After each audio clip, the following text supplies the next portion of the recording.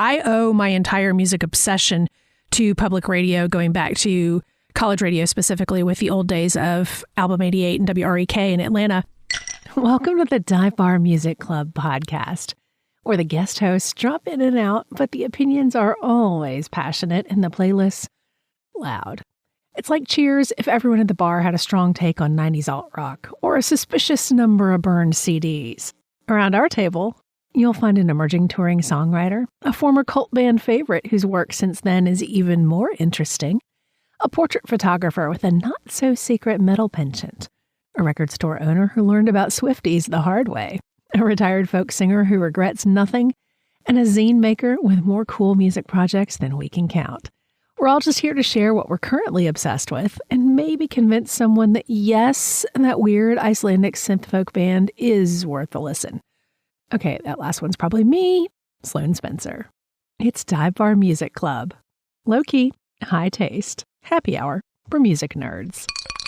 Well, hey, y'all. Welcome back to Dive Bar Music Club, the low-key, high-taste happy hour for music nerds. Today, we're hanging out with the regulars, Charles Hale and Nelson Gullett, and I am, of course, Sloane Spencer. It has been a whirlwind jump into spring for everybody with music. Sorry about my dog in the background. He's part of the deal around here, y'all. He is going to have a big old time because we have helicopters flying over my house today. Don't know why. They've been there all day. Anyway, musically, it had a lot going on as well. We've been jamming the latest Sturgill Simpson around my house quite a bit, and y'all have had a couple of different things going on with both recorded music and live music. What's that Todd Snyder song, Helicopters Over the House again?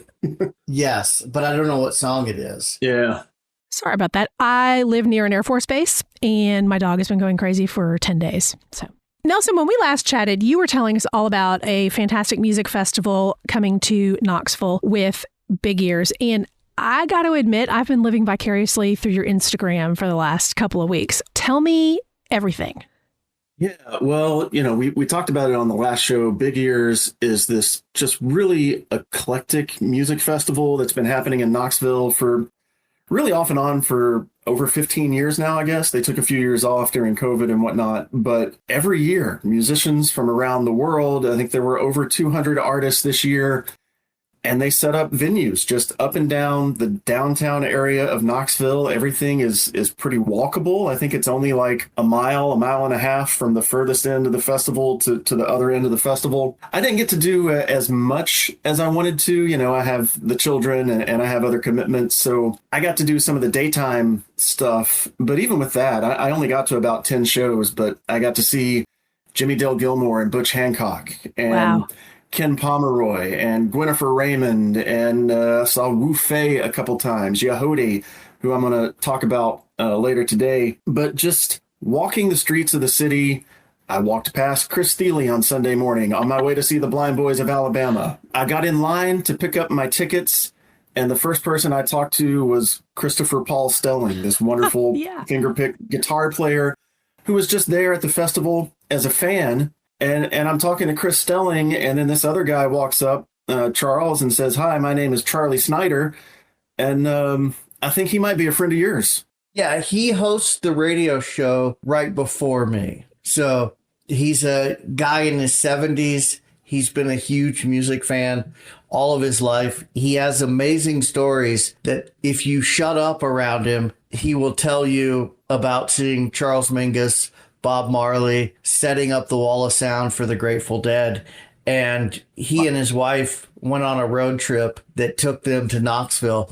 I didn't realize when Charlie told me he was going to a festival that it was the festival that Nelson had been talking about. But I actually know 3 groups of people from Colorado that were at Big Ears. Yeah, he was telling me, Charles, about being on a boat with Richard Thompson. Yes. That was the story I got. Yes. He did that last year. Yeah. So it was just really cool. We exchanged business cards, and I'm like, hey, I think I know a friend of yours. It was, that's what happens at Big Ears. I go to see the Blind Boys of Alabama. I see people from Knoxville that I haven't seen in over a year. But then I also see the head of 30 Tigers record label and just other artists floating around and coming to the shows. I got to take my teenager to see Ken Pomeroy and Wu Fei. I got to take the 6-year-old to see Haley Hendricks it was just a cool weekend and a cool vibe. WDVX, we hosted some really cool shows down at Barley's for our live event that was part of the festival. We actually had the first live music of the festival on Thursday at noon. We got to have Bloodshot Bill and Yehode, and we had 300 or 400 people in the little pizza joint and just had a great time, and it lasted all through the weekend. This sounds fantastic. Yeah, I didn't even mention like the experimental thing that I wandered into at the abandoned Greyhound station that was converted to a venue for the festival. Ooh. This guy, Kaoru Watanabe, has this, I don't even know what you called it. He called it Bloodlines Interconnected.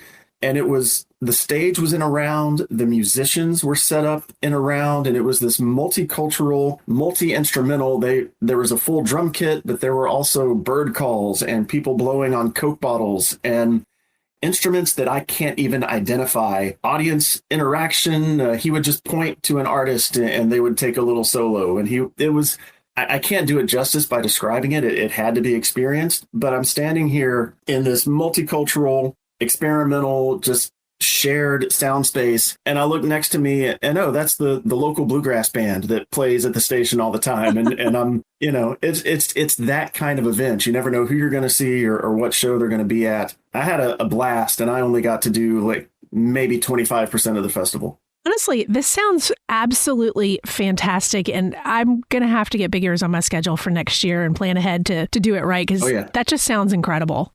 Yeah, it's a fun time. You've mentioned a couple of times this band Yehode that you got to see, and let's just start there. That's one of the songs that you submitted for this time around. Were you even aware of them prior to Big Ears? I became aware of them about a month before the festival. I had a media pass to the festival, so I got on some email lists that I haven't been on before. Mm-hmm. And they reached out about maybe doing an interview before the festival, and I looked into it. There's a great video from a performance they did at KEXP, mm-hmm. kind of like the one you've mentioned before, the Canadian duo that we played the last time. Yeah, Angine de Poitrine. We're all big fans of KEXP at this point.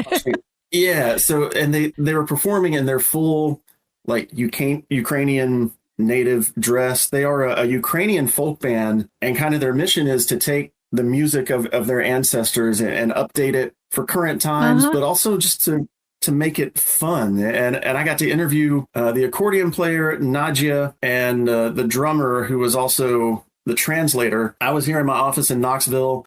Nadia was in Ukraine, and Tim was in Norway, the drummer. And we just had a conversation over Zoom where they talked about, kind of the things they're facing in their homeland and just wanting to bring joy to their people, but also spread their music to people here. About a week after the festival, I saw a video of them in Moorhead, Kentucky, where I went to college, playing with a student bluegrass band from the Center for Traditional Music there in Moorhead. Wow. So they've just been going around the country and spreading their message. And it was a fun show. We have a video from the Blue Plate Special that you can find on the WDVX YouTube page as well, kind of the full performance with them and Bloodshot Bill. I can't tell you the name of the song that I shared because it's written in Cyrillic characters, and I couldn't begin to tell you the name of it. So I printed, this is a super weird thing I don't think I've ever shared before. I took 3 semesters of Russian in college, and although Ukrainian and Russian are very different languages, obviously, and very different people, they use the same alphabet. And I very carefully wrote it out so I could say it, and now I don't know where I put that. I apologize. Well, however you say it, the people at Big Ears loved it. They played our set, and then they had another showcase later that day, and it's one of the bands that I keep seeing pop up in articles and posts of, well, I didn't know these people, and now I'm in love with them kind of thing. I love it. There's a running theme throughout this show that I didn't realize was going to pop up, but I guess I should have thought about it ahead of time. And that is the importance of public radio, because you work in public radio, Charles. You have connections with public radio, but public radio also is a lot of where music discovery is happening right now. I know certainly for me, KEXP is like my gateway right now. But public radio has faced a lot of funding cuts and backlash from certain subcultures in our society right now. How is it working in public radio and knowing that what you do every day meets the mission for your community, for either of y'all?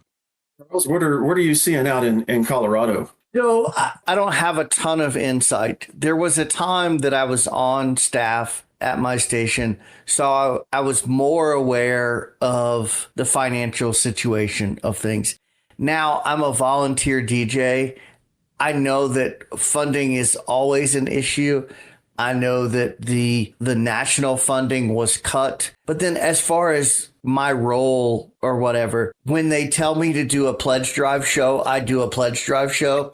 And I've done enough of them that I know the talking points. I don't need, note cards. I host a show on Friday. And so Fridays always do pledge drive shows. If you host on Monday evening, they might skip you this time. But so I think 2 pledge drive shows ago, I just sort of had a simple message, which seemed to work. I know it's not all that professional, but my message was, hey, if you like this song that I'm playing, call the station and give us money. Absolutely. And I don't like to overcomplicate things, but the listener funding part it's obviously crucial. And I don't know all the details. I know that if you like something, you should support it, because if you don't, it's not going to exist. Yeah. That's what it all boils down to right there, right? I mean, that's as we are recording this on the 8th of April, I am preparing to kick off the fund drive at WDVX for the spring. My show is on Wednesday nights. I'm going to be live on the air tonight, and I'm going to start the fund drive with my show. I also have a little different perspective from Charles as the development director at this station. That's my title. So I'm kind of in charge of this whole thing, of running the fund drives, of finding grant money and doing that sort of stuff. Our hit from the federal funding loss amounts to about $100,000 a year. Wow. And that is something we had in the budget. It had been approved through 2028. Oh my goodness. When everything was collapsed. So not only did we just lose money for 1 year, that's perpetual. And this is funding we had received for almost 20 years. It had incrementally increased pretty much every year. So when I say $100,000, that's $100,000 now, but next year it might have been 120, 130. So we did like an emergency fund drive last fall that was amazing. We did another one in the fall. I'm hoping to do good things again this week. But yeah, you talked about public radio as a discovery tool. I spoke on the phone with Amelia Day yesterday, who we spoke about here on a previous episode. And because I was going to run the interview during the fund drive, I kind of asked her, have you seen public radio stations and what have they meant to you in your career? And she talked extensively about, especially her early days in Washington. Some of the local stations are the ones that would take a chance and bring her into the studio to play a set and talk about her music at a time where she didn't have an audience, and it put her in front of people. I'm going to talk about a band later in this show, if we get to it, that, when they started, they were busking on Market Square here in town and would come play the Blue Plate. And now they're living in Cincinnati. They just put out their second or third record doing much bigger things. But so many artists have that timeline of Tyler Childers played on stage at WDVX when he was sleeping in his car in the garage around the corner. And I remember that. The Carolina Chocolate Drops were here very early in their career. Chris Stapleton, before the Steel Drivers had signed their record deal, they were playing at WDVX, their first deal with Rounder. So it is public radio stations like mine, like what Charles does, that can be that introduction for a lot of folks to find their favorite artists, and for artists to kind of find their audience. Absolutely. And as somebody who spent her entire career in commercial radio, we were not in a position to ever break an artist. We needed someone to come to us who already had, we were looking at the various metrics for it. And so it was tough to be a person who thrives on music discovery and working in an area where music discovery was not really part of it. So finding that balance meant partnering with public radio for live events, because as long as it was local, we could tie those things in. But I owe my entire music obsession to public radio, going back to college radio, specifically with the old days of Album 88 and WREK in Atlanta. I'm a lifelong public radio supporter, and it's even more important now because I don't want to get too much into the Telecommunications Act of 1996, but we could.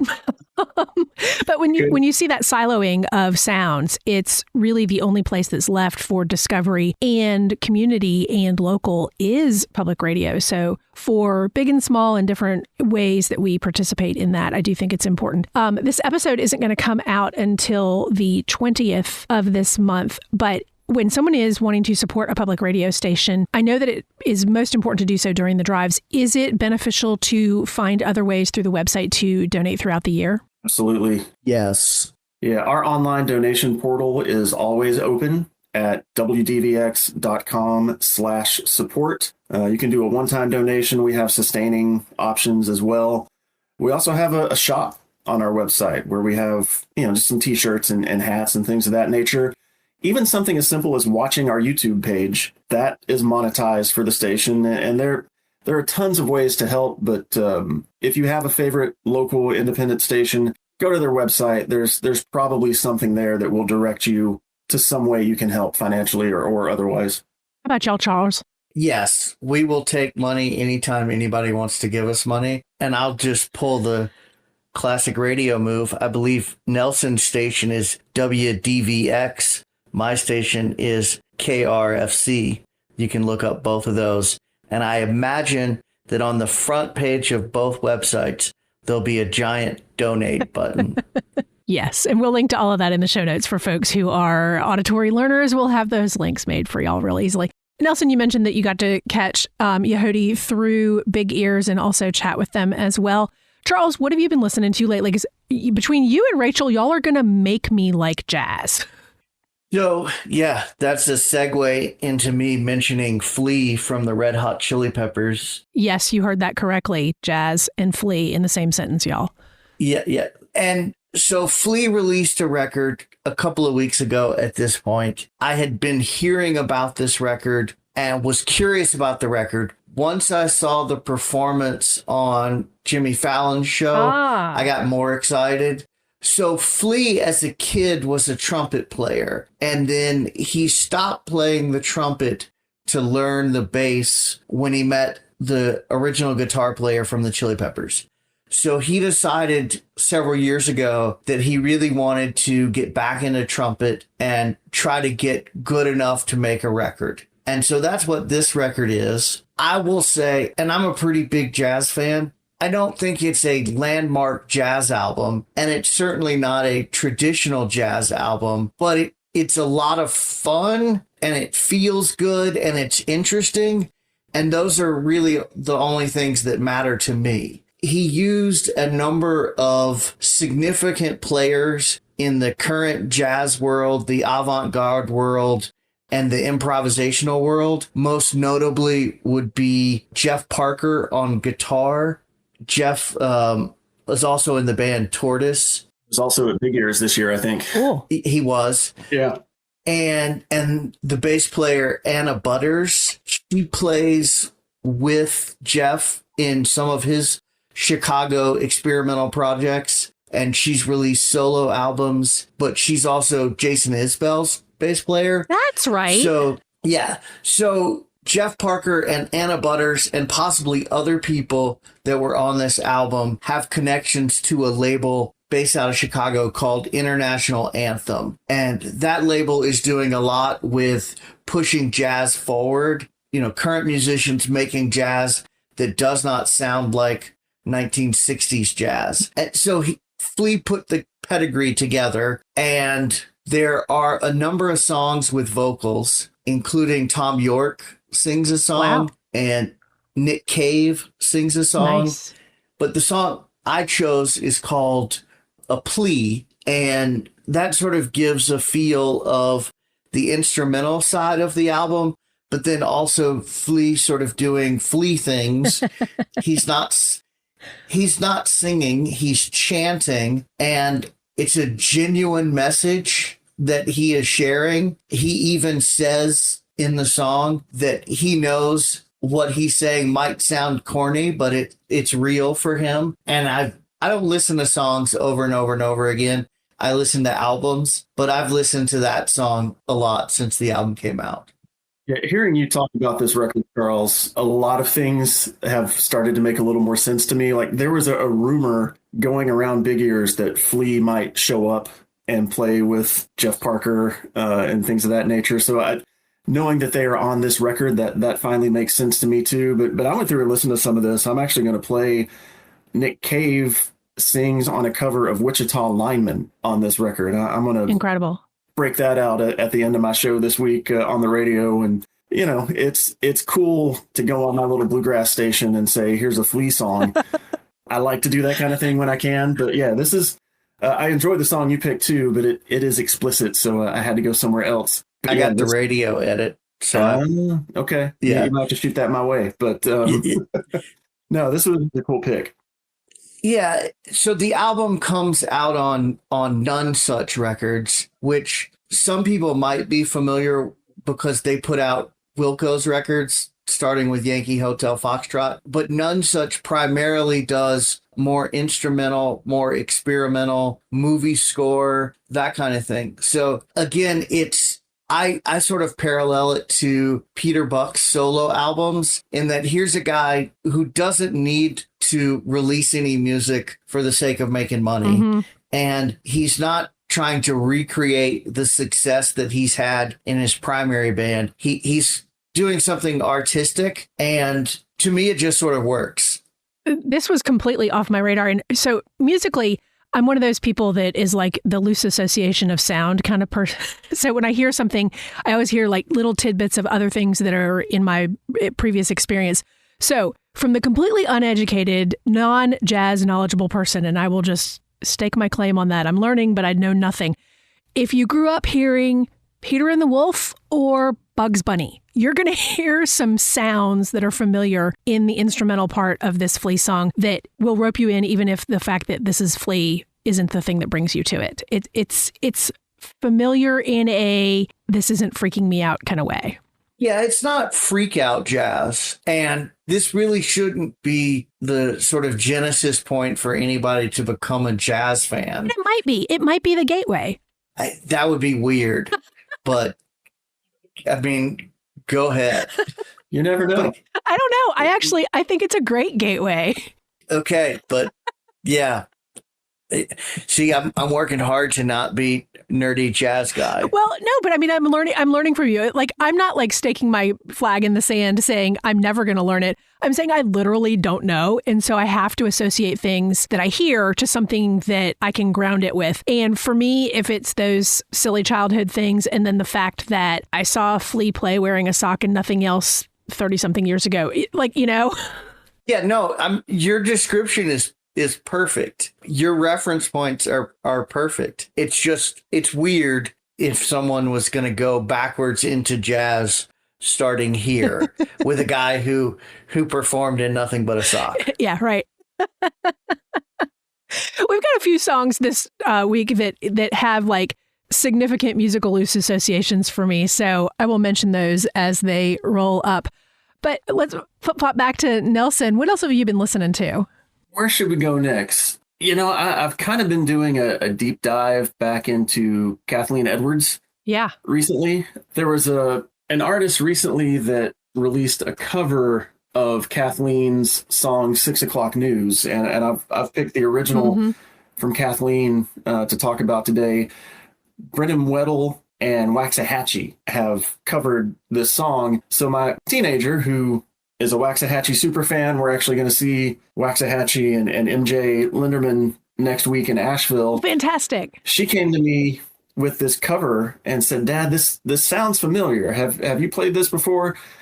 And we had the occasion of a long drive to Chattanooga last week, so I put on Kathleen's first two records. And, you know, this song, 6 O'Clock News from Kathleen Edwards, the first song she really put out, it was from her debut album, Failure, back in the early 2000s. And it still is a song that just kind of punches me in the gut when I hear it.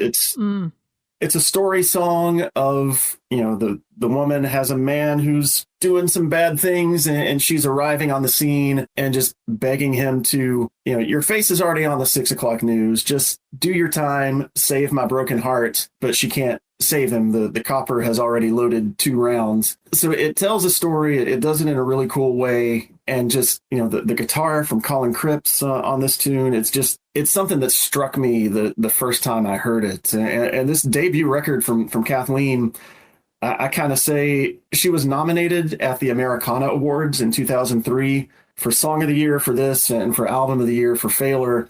But that was the Johnny Cash Hurt year. And the very next year, Americana introduced the Best Emerging Artist Award.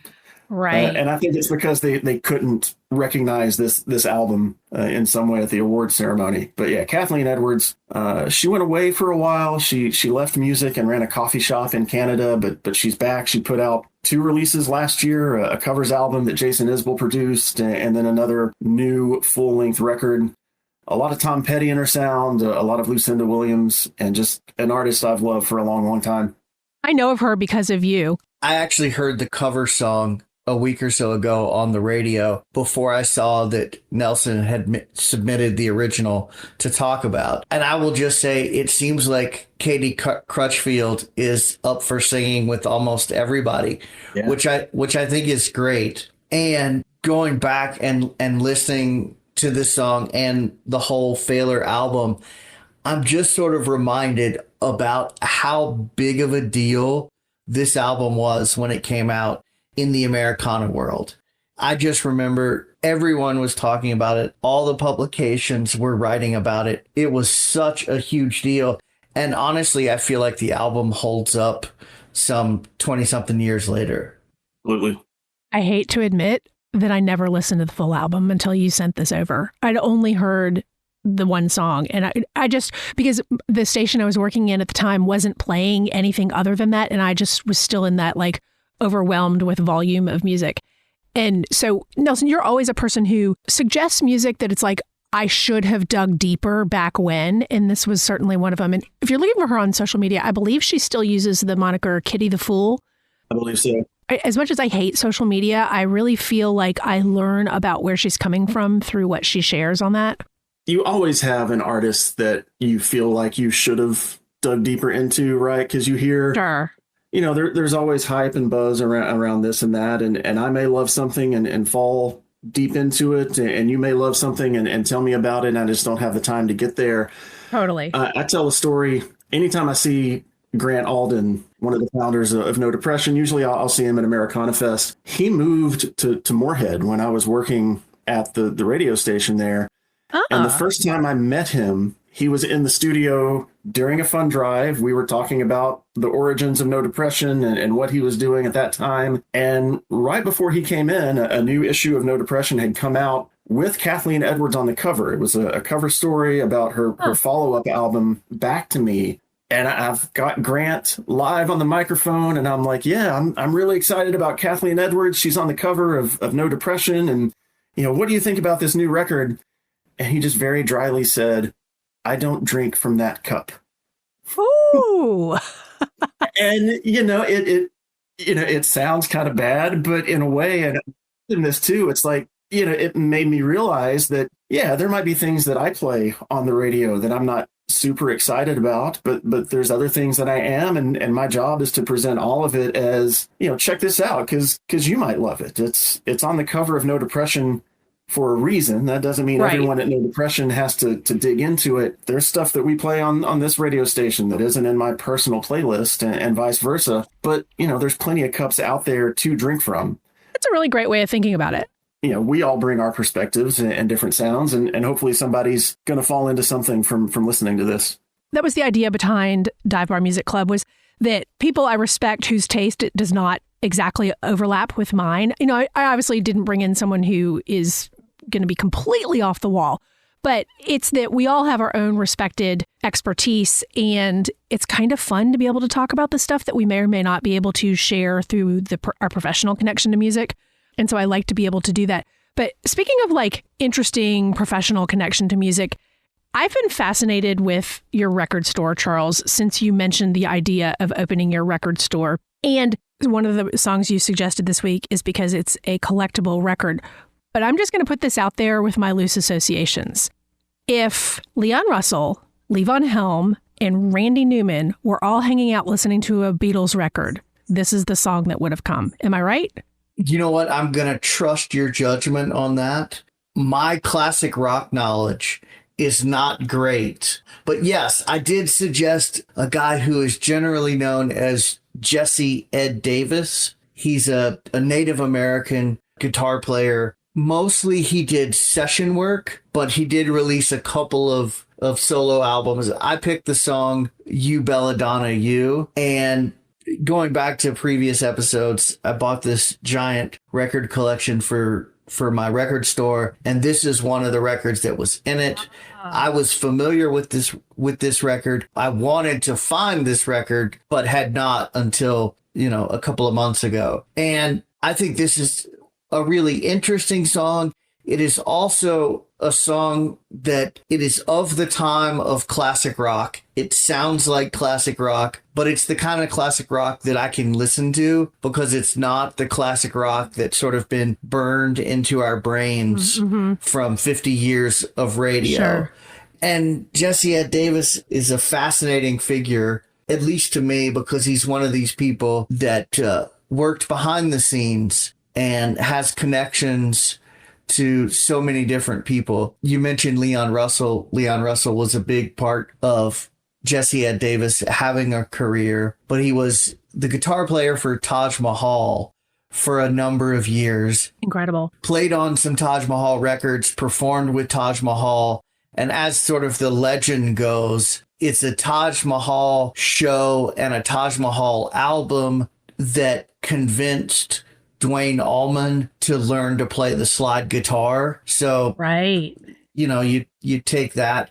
But Jesse Ed Davis has also worked with people like Bob Dylan. What else am I reading? Oh, George Harrison, John Lennon, Arlo Guthrie, Albert King, Gene Clark. So you've heard him. We've all heard him, his guitar playing without knowing it. So just an interesting song. I like the big presence of female background vocals and great guitar player. I was listening to this and there's, some piano on this track. So I'm thinking, how can I work this in next to some Dr. John? And you mentioned Leon Russell. So yeah, that all, it all kind of comes from the same place. I think that's a good reference point, Sloane, that you threw out. Yeah, I hear it in the opening lick right there. In those first few measures, it's, for me, I'm like overwhelmed with references of the era. And I was not familiar with him by name at all, but when I pulled it up at first to listen, I was like, this dude looks familiar. This dude looks super familiar. And then I was like, Concert for Bangladesh.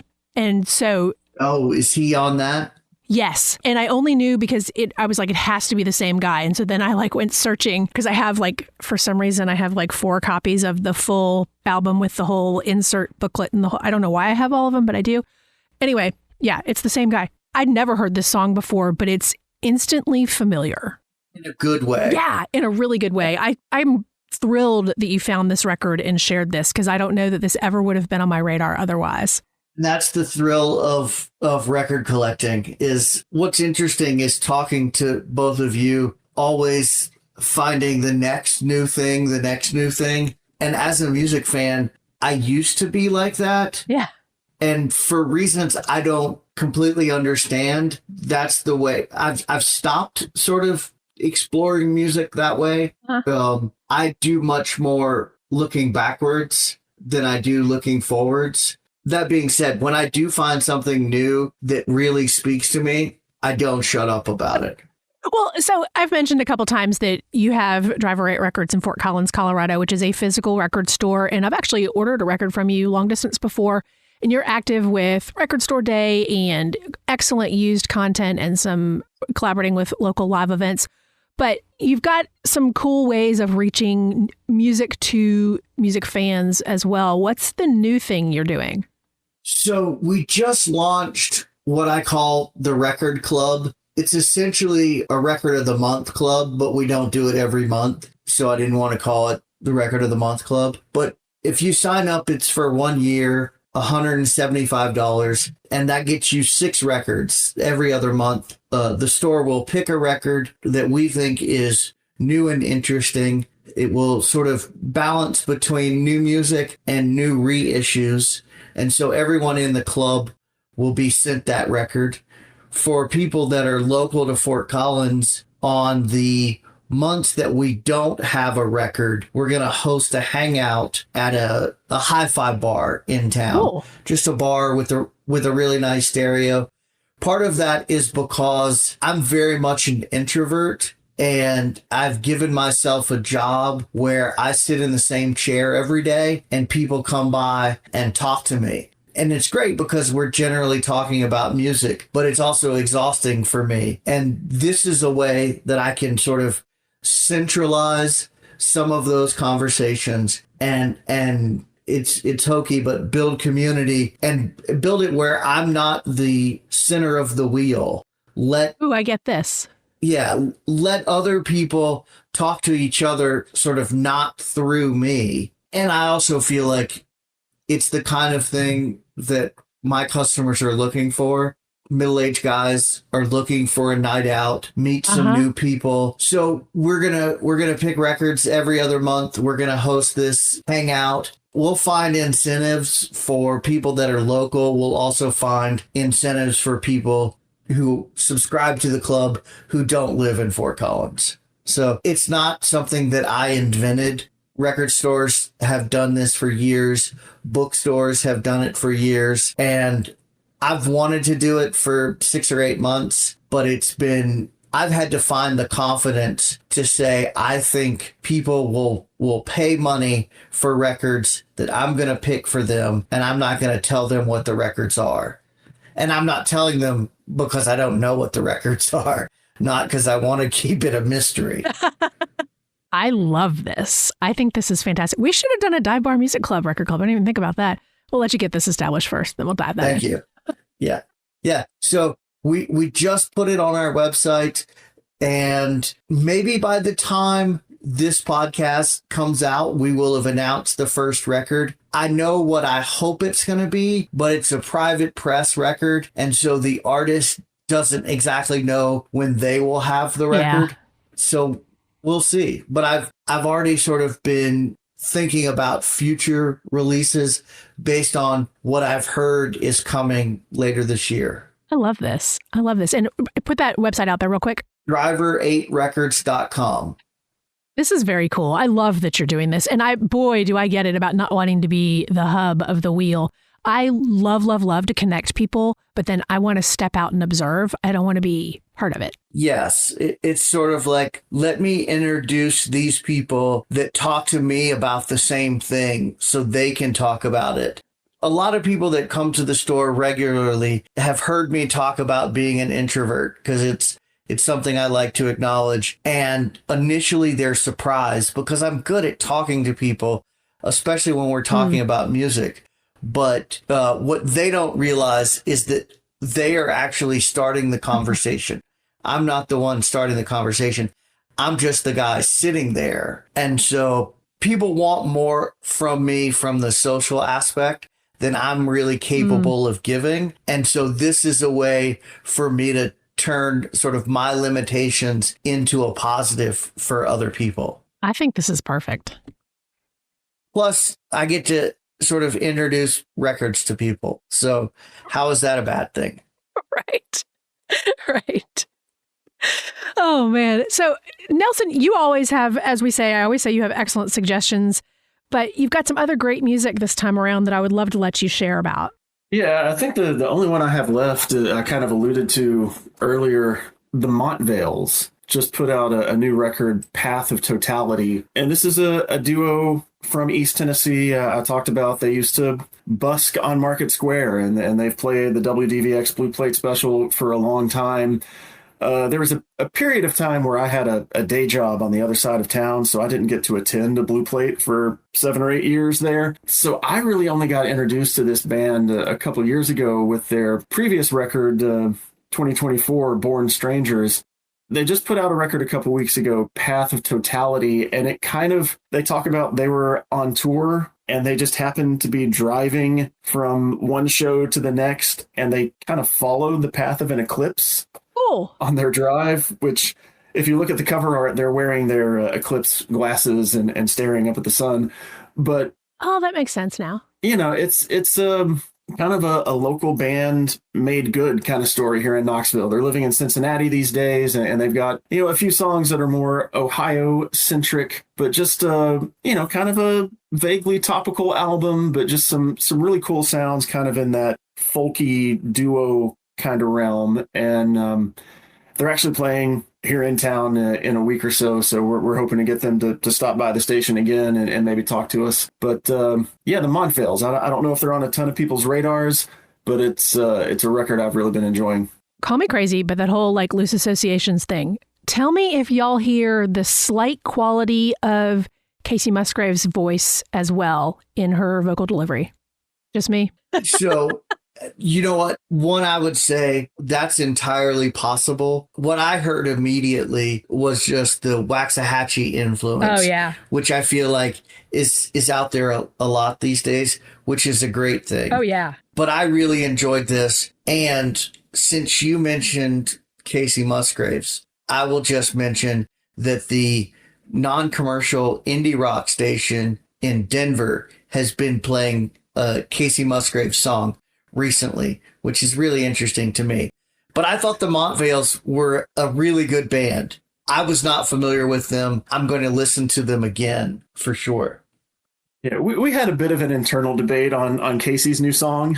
I think we ultimately we're spinning it. Obviously, it's Casey Musgraves, but it goes some places, let's say. But I can hear certainly that. I hear the Waxahachie. We talked about she's kind of everywhere when you talk about for sure. Katie Crutchfield, and I think we're going to see a ton of new artists that are kind of following that lead of Waxahachie. And, she's followed some different paths in her career. Some of her the Waxahachie records were a little more rocking. Mm-hmm. Then she got into the more Americana thing. I've heard her say live that she kind of models some of her vocals after Michael Stipe. I mean, you can chase influences all the way back if you want to get into a rabbit hole like that. And I just, I think it's cool when I hear an artist. Waxahachie is someone who I definitely, she resonates with me just in her sound, but I never quite put a finger on it. And then to hear her say, oh yes, I also love this band that you're a fanatic of, and those pieces start to fall into place. Yeah, and I think we have the three of us are the REM fans of this crew. So I think so. I feel like that's a little bit of a dig at the non-REM fans, and I'm fine with that. No, I think it's just more coincidental that I know from years of chats that the three of us happen to be very big fans in very different ways of the band. Anyway, well, so what other stuff do y'all have coming up? I don't have anything. My life is revolved around April 18th, which is Record Store Day. So when this comes out, that will be over. So, Charles, what does Record Store Day look like for a small independent store like yours? So there are 1,000 opinions on Record Store Day of, does it benefit a store? Does it benefit the customer? And what I would say is that I've figured out a way to make it work for us, which means we are doing very little to try to reach people beyond our regular customer base. We are not trying to figure out what's the next big thing on Record Store Day that everybody's going to freak out about, because I feel like a store can lose a lot of money trying to buy records that don't make sense for their store. So we will have a line of 50 or so people when we open, and we've purchased a ton of records for Record Store Day. But we don't purchase everything, and we certainly don't purchase as many as much larger stores do. But if I can make the first 35 of those 50 people happy, then I feel successful. It's impossible to know how many people want any specific record, because record stores are filled with titles from previous Record Store Days that no one is interested in. It's a bad business model for me to have those records. So I kind of feel like a record store that has a lot of leftovers doesn't really know their customer base. Maybe that's the benefit of me sitting at the cash register almost every day and seeing what people buy and talking to them. But We have a very simple and straightforward record store day, and I think people enjoy it. Nelson, are you a collector on Record Store Day? I'm not so much a collector. My daughter is more the vinyl person than I am these days. But we are actually partnering with a local record store here in town, Lost and Found Records. And they do, it might be the opposite of what Charles was just talking about. They have a big parking lot and they kind of throw an all-day concert. And obviously they're selling records, but they also turn the day into a fundraiser for a local nonprofit. And this year, Lost and Found Records, WDVX, is their benefiting organization. Oh, nice. So, yeah, we're going to be set up at our local record store on the 18th. A bunch of local bands are playing, legendary local bands like Smokin' Dave and the Primo Dopes. Also, some newer folks are going to play. And we're just going to have a big time. We'll be selling some WDVX merch, taking donations, doing that kind of thing. And yeah, we've got a good partnership with these people. And it's fun to go to a record store. We don't have as many as we used to in this town, especially thinking 15, 20 years ago. And it's great to support a place like Lost and Found, a place like Driver 8. The stores I grew up going to don't exist anymore. So the ones that are there, I want to take care of and keep going. I have two hobbies. I run and I listen to music. And so whenever I go somewhere new, I will go to the local running store if they have one, which are few and far between.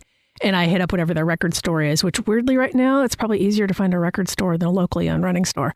But I always pay attention to what is in that record store day leftovers bin. And I'm just kind of fascinated by the concept of it as is. But I'm not going to name them because it's a great record store, but I was in a place recently looking for a very specific record and they don't catalog any of their used vinyl. So they had no idea if they had this thing that I was looking for. And had they had it, I 100% would have bought it. But it's all their used vinyl is along one wall in no order whatsoever. And I was like, this is awesome for the days when I don't have anything to do, but I have 30 minutes. It was just a weird, I get it, but I don't get it. And it's because I haven't worked retail in a really long time. So it just kind of got me thinking about the retail hands-on aspect and the record store day aspect with the having to pre-purchase from the list and anticipate who your customers might be, because you can't pre-agree to sell stuff. There's rules around record store day, I guess is what I would say. Yes. What was the record you were looking for? I don't even remember right now. I was, I'm super ADHD and I was on a roll about something very specific. Okay. We alphabetize our used records. That would have helped. But the primary cataloging system for our used records is my brain. I get that. Yeah. And that's not a long-term solution, but I mean, our inventory is less than 3,000. Got it. So that makes sense to me though. I want to plug a couple of things that I was listening to this month just real fast because none of it is super earth shattering. It's more back to that whole I've been on this loose associations kick lately. And a few episodes ago, I told y'all about finding Cure for Paranoia through the Tiny Desk submissions and a group out of Texas. And I said, I don't really know anything about Dallas, Texas music. So I was like, I am going to look at all of my Texas stuff that I have that's not Austin, Texas specific. And it got me thinking about what I was listening to during the pandemic because I was having a very hard time transitioning to work from home, which is weird because I've partially worked from home my entire career. But at any rate, I was listening to a lot of super chill music. And so Krungbin, who's Texas connected, became my background music every single day. And I found them because of Leon Bridges. And then they collaborated on that Texas Sun EP. So other loose associations connected back to Texas and that kind of music and Black Pumas and stuff. I listened all the way through to The Cure for Paranoia of every single thing that was on Apple Music. And the algorithm rarely does me right, but it popped up Silver Skylarks. And I was like, clearly this is new, but this is the 70s soul I have been looking for.